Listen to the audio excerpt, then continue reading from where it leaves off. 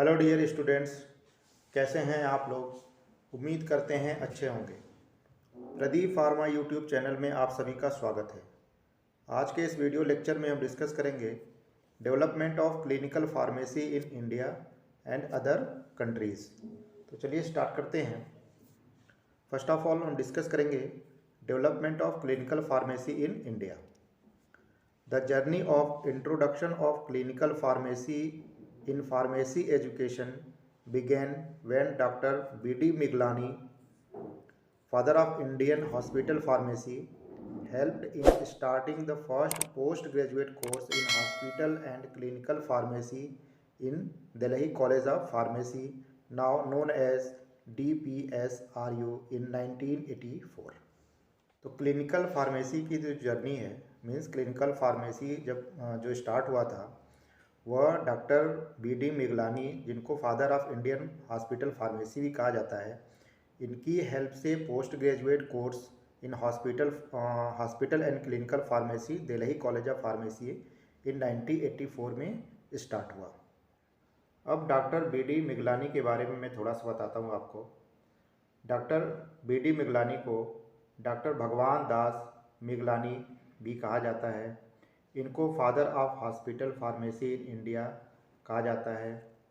And he was founder of Indian hospital pharmacist association and introduce M Pharm hospital pharmacy division in DIPSAR, New Delhi. तो ये तो रहे इनके बारे में कुछ जानकारी। And in 1996 CMC Vellore started a post graduate diploma course in clinical pharmacy. उसके बाद 1996 में क्रिश्चियन मेडिकल कॉलेज बेल्लोर, इन्होंने post graduate diploma course clinical pharmacy में स्टार्ट किया। And in 1997 the JSS hospital and college of pharmacy in Mysore started a post graduate program that is M.Pharm in pharmacy practice. उसके बाद JSS hospital and college of pharmacy Mysore 1997 में M.Pharm in pharmacy practice start किया। उसके बाद the PharmD program in India was introduced in 2008 by pharmacy council of India under the legal framework of PharmD regulation 2008। It is divided into 2 part. उसके बाद PharmD का start हुआ, जो कि pharmacy council of India ने start किया 2008 में। ये जो PharmD है, इसको 2 पार्ट में डिवाइड किया गया है। फर्स्ट पार्ट है आपका PharmD regular course, and second है आपका PharmD जिसको पोस्ट बक्कालॉरिएट भी कहा जाता है। अब इस दोनों कोर्स के बारे में डिटेल में समझते हैं। सबसे पहले बात करते हैं PharmD रेगुलर कोर्स की। यह कोर्स 6 ईयर का है और इसके लिए जो एलिजिबिलिटी है वो 10+2 RORR D फॉर्म। मीन्स अगर कोई स्टूडेंट PharmD रेगुलर कोर्स करना चाहता है तो ये 6 साल का कोर्स है, और इसमें जो एडमिशन की एलिजिबिलिटी है 12th पास स्टूडेंट इसमें एडमिशन ले सकते हैं, या जो D फॉर्म स्टूडेंट है, D फॉर्म किए हुए हैं, वो भी इसमें एडमिशन ले सकते हैं।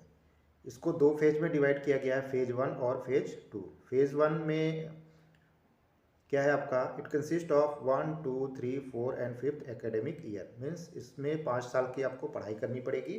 और जो दूसरा फेज है उसमें इंटर्नशिप है।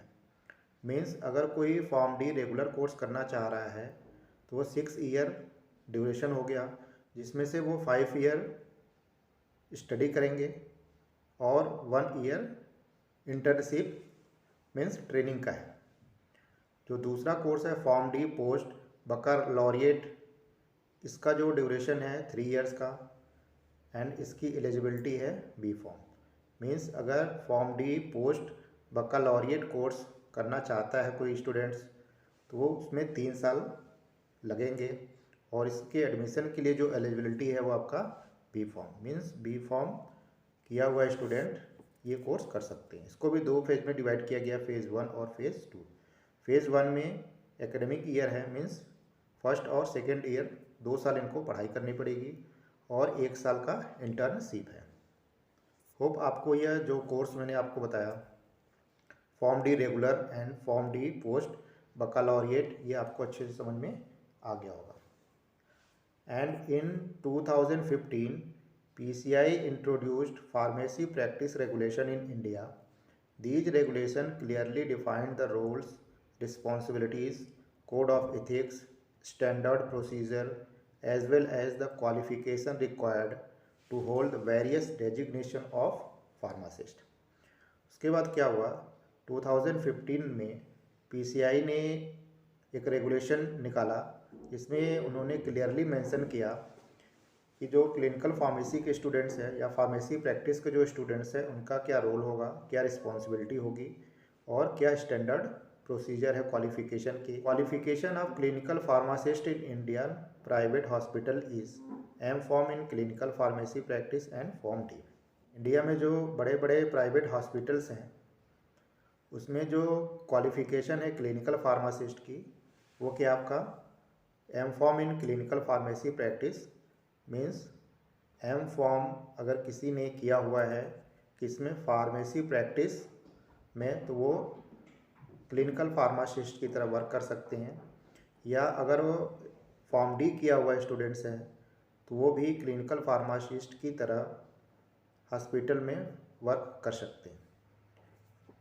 But unfortunately there is no such post of clinical pharmacist in government hospital. But जो ये क्लिनिकल फार्मेसी है इसका गवर्नमेंट में कोई पोस्ट नहीं है। ये तो रहा development of clinical pharmacy in India. Hope आपको ये अच्छे से समझ में आ गया होगा। अब बात करते हैं development of clinical pharmacy in western countries. In 1928 pharmacist at the University of Iowa Hospital began participating in patient ward round.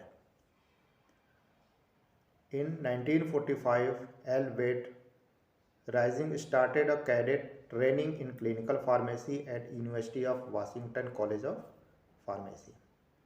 In 1950, launch of Form D course by University of Southern California and other universities. And in 1960, establishment of first office-based pharmacy practice and use of patient medication profile by Dr. Eugene White in Berryville, Virginia, United States. And in 1962, University of Kentucky Medical Center opened first drug information center. जो western countries है वहाँ पे clinical pharmacy का stage start हुई, इसको discuss करते हैं। इसमें मैंने मेन पॉइंट लिया हुआ है जिससे कि आपको एग्जामिनेशन में राइट करने में ज़्यादा प्रॉब्लम ना हो। तो in 1928 pharmacist at university of Iowa hospital means Iowa hospital में 1928 में फार्मासिस्ट ने क्या किया, वार्ड की राउंड करना स्टार्ट किया, मतलब पेशेंट को देखना स्टार्ट किए। एंड इन 1945 एल वेट ने कैडेट ट्रेनिंग क्लिनिकल फार्मेसी में स्टार्ट किया। कहाँ पे, university of Washington college of pharmacy. उसके बाद इन 1950 में फॉर्म डी कोर्स लॉन्च हुआ। कहाँ पे, कैलिफोर्निया एंड अदर यूनिवर्सिटीज़ में।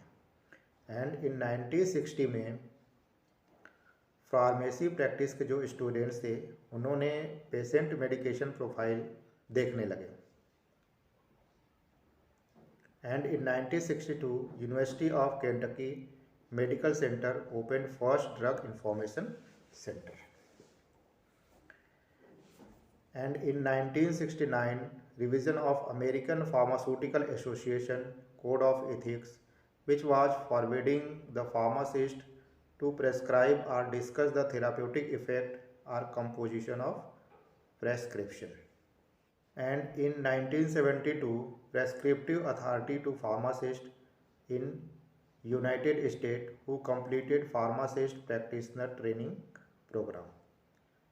And in 1976, formation of Board of Pharmacy Specialties by American Pharmaceutical Association facilitated the way for further developing skill of clinical pharmacist in a certain speciality.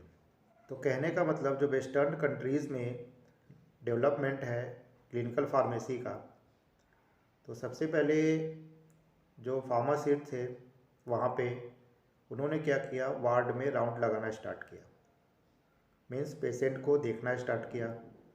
फिर धीरे धीरे उनको ये अधिकार मिला गया कि वो प्रेस्क्रिप्शन भी हैंडल करने लगे। जो मेडिसिन्स वहाँ पे यूज़ की जा रही थी उसके बारे में डिस्कशन करने लगे डॉक्टर से। फिर उसके बाद क्या हुआ कि जो ट्रेनिंग ले लिए हैं फार्मासिस्ट उनको राइट हो गया कि वो प्रेस्क्राइब भी कर सकते हैं पेशेंट को। इस तरह से धीरे धीरे डेवलपमेंट हुआ क्लिनिकल फार्मेसी का। तो आज के इस वीडियो लेक्चर में हमने डिस्कस किया development of clinical pharmacy in India and other countries. Means जो ये क्लिनिकल फार्मेसी है वो इंडिया में कैसे डेवलप हुआ और वेस्टर्न कंट्रीज़ में कैसे डेवलप हुआ। होप आपको यह वीडियो अच्छा लगा होगा और जो कंटेंट मैंने इसमें आपको समझाने की कोशिश की वो आपको अच्छे से समझ में आ गया होगा। Thanks for watching this video.